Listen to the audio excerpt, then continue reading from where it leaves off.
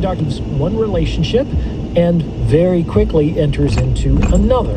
And generally, the gap between relationships is so small as to preclude the possibility that she didn't already have the second relationship lined up before she pulled the trigger on the first. Hence, monkey branching, in which the monkey doesn't let go of the first vine until she has a firm grip on the second. Now, almost all men have had this happen to them at some point in their lives, and it can be, though it doesn't necessarily have to be, a painful experience.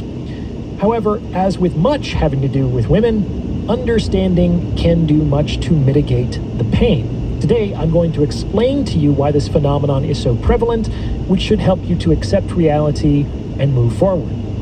First, if you haven't done so already, I would highly encourage you to check out my episode, Women Treat Men the Way Men Treat Jobs, because that will provide the appropriate context for the following talk. Now, if it is true that women treat men the way men treat jobs, then we have to enter into, let's say, a corporate frame of mind when attempting to understand female mating and dating behavior. And if you've ever worked in the corporate world, you know that the biggest jumps in compensation that you're likely to receive over the course of your career don't occur when you're promoted within a company, but when you lateral to a different company.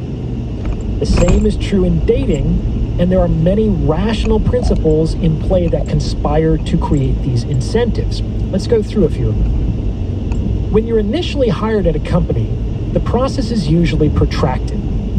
Just like in dating, these conversations can occur over several months, as both parties are kind of trying to figure out whether they can do business, what that would look like, and how they can negotiate the best deal for themselves.